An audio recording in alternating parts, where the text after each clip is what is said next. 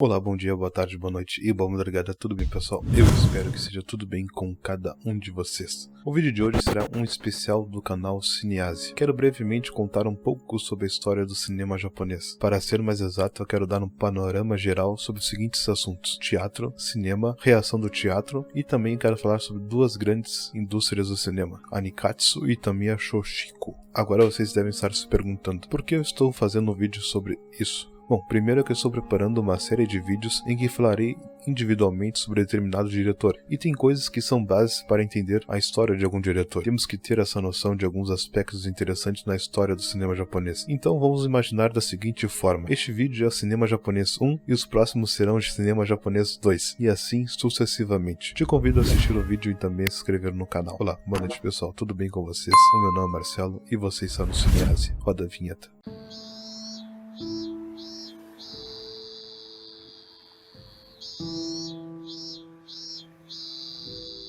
Teatro. Antes de nos concentrarmos no cinema, precisamos entender que antes deles nós tínhamos outras formas de arte, de entretenimento e indústria. Vou abrir esse espaço para falar de teatro, pois quem sentiu mais o impacto da sétima arte foi o teatro. Tradicionalmente, o Japão tem três formas de teatro, a saber, o no, o kabuki e o bunraku. Sua origem está associada à religião, tanto mitologicamente quanto historicamente. Vamos falar um pouco sobre a sua origem na mitologia. Essa origem atribua-se do teatro à dança da deusa Uzumi. Um dia, os deuses Izanagi e Izanami teriam enviado seu filho Susanoo para a terra de Omi, ou melhor, a Terra dos Mortos, como castigo de suas más ações. Antes de partir, ele resolveu visitar a sua irmã mais velha, a deusa do sol Ameratsu. Susanoo pregou várias peças nela, e esta, irritada, se refugiou em uma caverna, mergulhando num mundo de escuridão. Preocupados, os deuses se reuniram para pensar em uma maneira de fazê-la sair de lá. Resolveram então fazer uma festa na frente da caverna. Em um dado momento, a deusa Uzumi, munida de uma lança e de um capuz, começou a dançar em cima de um barril em meio aos deuses, fazendo com que todos rissem. O barulho atraiu a deusa Ameratsu, trazendo luz de volta ao mundo. Depois disso, Susanoo foi castigado. Uzumi teria descido à terra e dado origem à família imperial e às primeiras sacerdotisas. Agora que temos uma ideia de como surgiu em relação à mitologia, vamos conversar sobre a origem de cada um e também as suas características. O no existe com poucas alterações desde o século XIV. Ele foi criado pelo ator e dramaturgo Kanami, quando este uniu o sarugago com música e dança. Essa nova arte lhe rendeu reconhecimento e patrocínio do Shogun Ashigata Oshimitsu. Quando Kanami morreu, seu filho Zeami deu continuidade ao trabalho do pai, escrevendo peças e delineando com mais clareza as características do no em uma série de novos ensaios. Com o fim do shogunato Muromachi,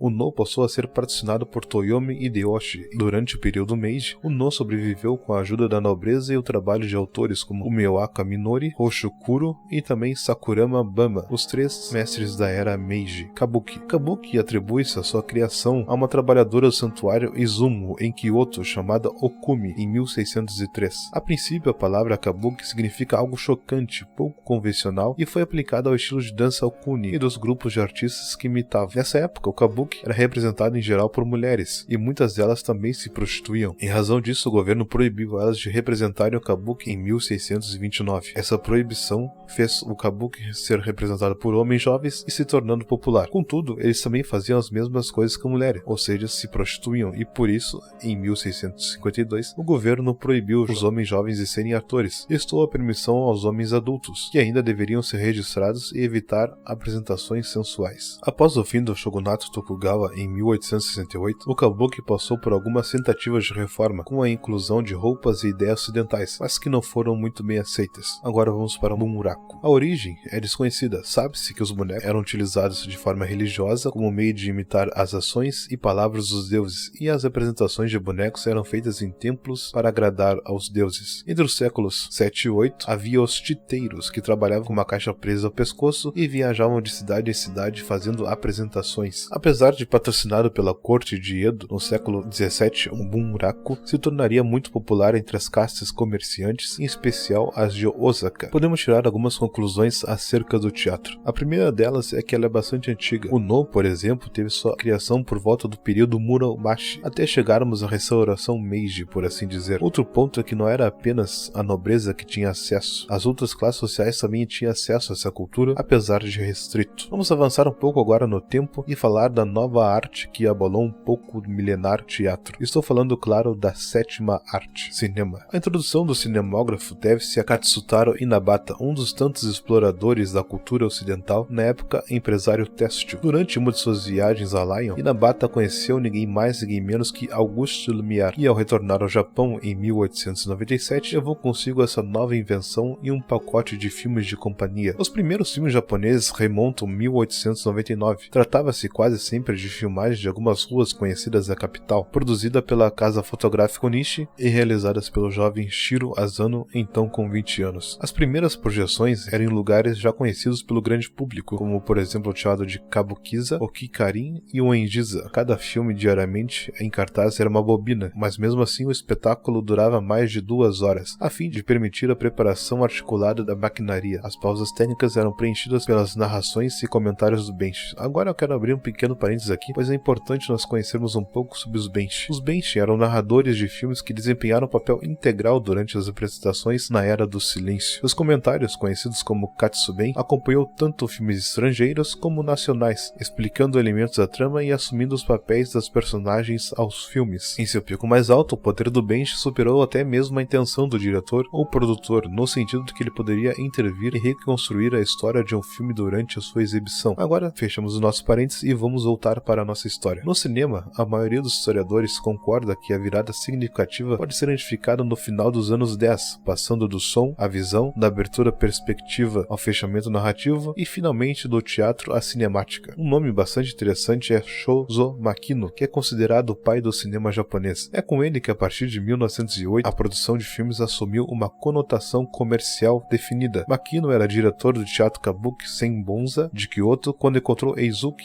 Yokoda, com o qual se uniu no projeto de ampliação dos estúdios da antiga capital. Soho usou a técnica usual de filmagem posicionando a câmera num ponto central do cenário, dando início a um estilo que depois faria a escola no gênero definido como Jigaideki, ou melhor, dramas de épocas derivados do mundo do teatro, mas baseados numa trama de narrativa de orientação popular. Bom, vamos agora para alguns pontos interessantes. Primeiro, que a introdução do cinema no Japão foi por volta de 1897. Em sua história, isso corresponde ao período Meiji, que foi um período de 45 anos da história do Japão, que se estendeu de 1868 a 1912. Eu acho interessante nós falarmos das principais características deste período. Primeiro delas, fim do sistema feudal, do shogunato, dos samurais, extinção dos feudos, reforma agrária, intercâmbio cultural com o Ocidente, prolongação da primeira Constituição, que foi em 1889, reformas econômicas e legislativas, criação do Banco do Japão e assim por diante. Como já dissemos lá em cima, a maioria dos historiadores concorda que uma virada significativa pode ser identificada no final dos anos 10, e sabemos que a Era Meiji foi até 1912, e após isso nós tivemos o período Taisho, que foi até o ano de 1926. Agora vamos para um ponto interessante na nossa história, que foi a reação dos benchi e também do teatro. Vamos a um nome interessante chamado de Uema, que após ser dirigido um estúdio fotográfico na China, quando voltou ao Japão levou consigo uma série de filmes adquiridos na agência. No Japão ele fundou a Pate Soshiki Yumeya. Ele era um cara promotor da experimentação, passou por vários insucessos, principalmente na tentativa de sonorizar os filmes, a qual tinha uma oposição imensa dos benchi, não apenas destes, mas também do teatro kabuki. Os que não tiveram sucesso em teatros kabuki legítimos, por assim dizer, trabalhavam em turnês ou trupes, ou teatro shimpa, que também muitas vezes eram transferidos para a indústria cinematográfica. Os atores legítimos, por sua vez, tiveram muita relutância em se misturar ao mundo do cinema. O Meia era um rapaz ousado, baseado no modelo da Motion Pictures Patent Company americana. Ele propôs unir 4 produtores que tinham a sua própria Pate, a Yokota, a Oshizawa e a Fukurodo, para poder gerir cada fase da produção e também da distribuição dos filmes, e também para ser um forte rival para as companhias menores. Com essas 4 companhias, no ano de 1912, nasceu a Sociedade Japonesa de Imagens em Movimento, ou para os mais íntimos, a Nikatsu. Vamos conversar um pouco sobre ela. Já sabemos que ela foi fundada em 1912 e também ela é a empresa mais antiga do Japão no ramo cinematográfico. Durante a Segunda Guerra Mundial, o governo ordenou que 10 empresas cinematográficas formadas em 41 se consolidassem em 2. Masashi Nagata, fundadora da EA e funcionária da Nikatsu, contrapôs a formação, sugeriu 3 empresas serem criadas e a sugestão foi aprovada. A Nikatsu, definido para se fundir com as 2 empresas mais fracas, a Shito Kinema e a Daito, ficaram verbalmente descontentes. A indústria cinematográfica do pós-guerra expandiu-se rapidamente e em 1951, o presidente da Nikatsu, Kyusako Hori, iniciou a construção de um novo estúdio de produção. A Nikatsu teve sua era de ouro quando começou a fazer filmes novamente em 54. Muitos diretores assistentes de outros estúdios, incluindo Shoei Imamura e Senji Suzuki, da Shochiku, mudaram-se para a Nikatsu. Suzuki fez dezenas de filmes para a Nikatsu de 56 em diante, desenvolvendo um estilo visual cada vez mais próprio. A empresa fez alguns filmes de samurais e dramas históricos, mas em 1960 decidiu dedicar seus recursos à produção de dramas de juventude urbana, comédia, ação e também filmes yakuza. Em 71, o aumento da popularidade da televisão teve um grande impacto na indústria cinematográfica, e para permanecer no lucro, a Nikatsu voltou-se para a produção de filmes Pinkweiga, ou melhor dizendo, filmes cor-de-rosa, que focam em sexo, violência e também romance. Só que deste movimento, muitas estrelas e diretores deixaram a empresa. Agora que já falamos sobre o mais antigo estúdio de cinema, vamos avançar um pouco no tempo e ir para os anos 20, onde dois homens de negócio chamados de Kagehiro Otami e Matsujiro Shirai já controlavam o circuito de salas teatrais e eram afiliados ao mundo dos yakuza, e fundaram a segunda maior produtora japonesa chamada Shochiku. Cresceu rapidamente nos primeiros anos, expandindo seus negócios para muitos outros estilos teatrais japoneses ao vivo, incluindo no e também o buraco, e estabeleceu um quase monopólio devido à sua propriedade de teatros, bem como trupes de teatro kabuki e também shimpa. A empresa começou a fazer filmes por volta de 1920, cerca de uma década depois de sua principal rival, a Nikatsu. A empresa procurou romper com o padrão predominante de Jidaigeki e emular os padrões de Hollywood. Algo interessante que trouxe novas ideias, incluindo o sistema de estrelas e o palco de som para o Japão. Construiu o seu estúdio principal em Kamata, chamado Shochiku Kamata Studio. Desde o início, a empresa entendeu o que era exigido do cinema japonês naquela época. Era a modernidade ocidental e a representação verdadeira, entre aspas, isto é, realista, na vida cotidiana do Japão, que estão interrelacionadas, mas ao mesmo tempo podem ser contraditórias entre si. O período inicial da Shochiku pode, portanto, ser interpretado como uma história de nacionalização de recursos e técnicas cinematográficas, observando e aprendendo como os modelos de comportamento da América e dos países europeus estavam se saindo. No entanto, a história inicial dessa grande empresa foi difícil, já que o público preferia os espadachins históricos de Gaideki, mais cheios de ação, sobre os melodramas shimpa, e os estúdios Kamata foram destruídos pelo grande terremoto de Kanto em 1923, forçando uma realocação temporária para Kyoto. Em consequência, demorou mais de 5 anos ou mais para depois de 1931 para a indústria japonesa produzir filmes em escala real. Os filmes mudo, por sua vez, continuaram a ser produzidos em 1937. Os diretores tiveram a chance de experimentar a nova tecnologia de som, mas ao mesmo tempo eles sofreram medo de falha na qualidade do produto final e se tornariam relutantes em enfrentar o desafio devido aos grandes orçamentos de produção. Além disso, a decisão de avançar para um filme falado ou permanecer na forma silenciosa muitas vezes era feita pelo estúdio de acordo com a lógica de lucro e não pela criação do diretor. Com a reabertura de seus estúdios, Shochiku também introduziu o gênero Shomingeki, com histórias que refletem a vida das classes urbanas. Esses dramas mostram a vida do trabalhador japonês e marcaram o início das carreiras de muitos diretores proeminentes, incluindo Ozu, Naruse, Shimizu e atores incluindo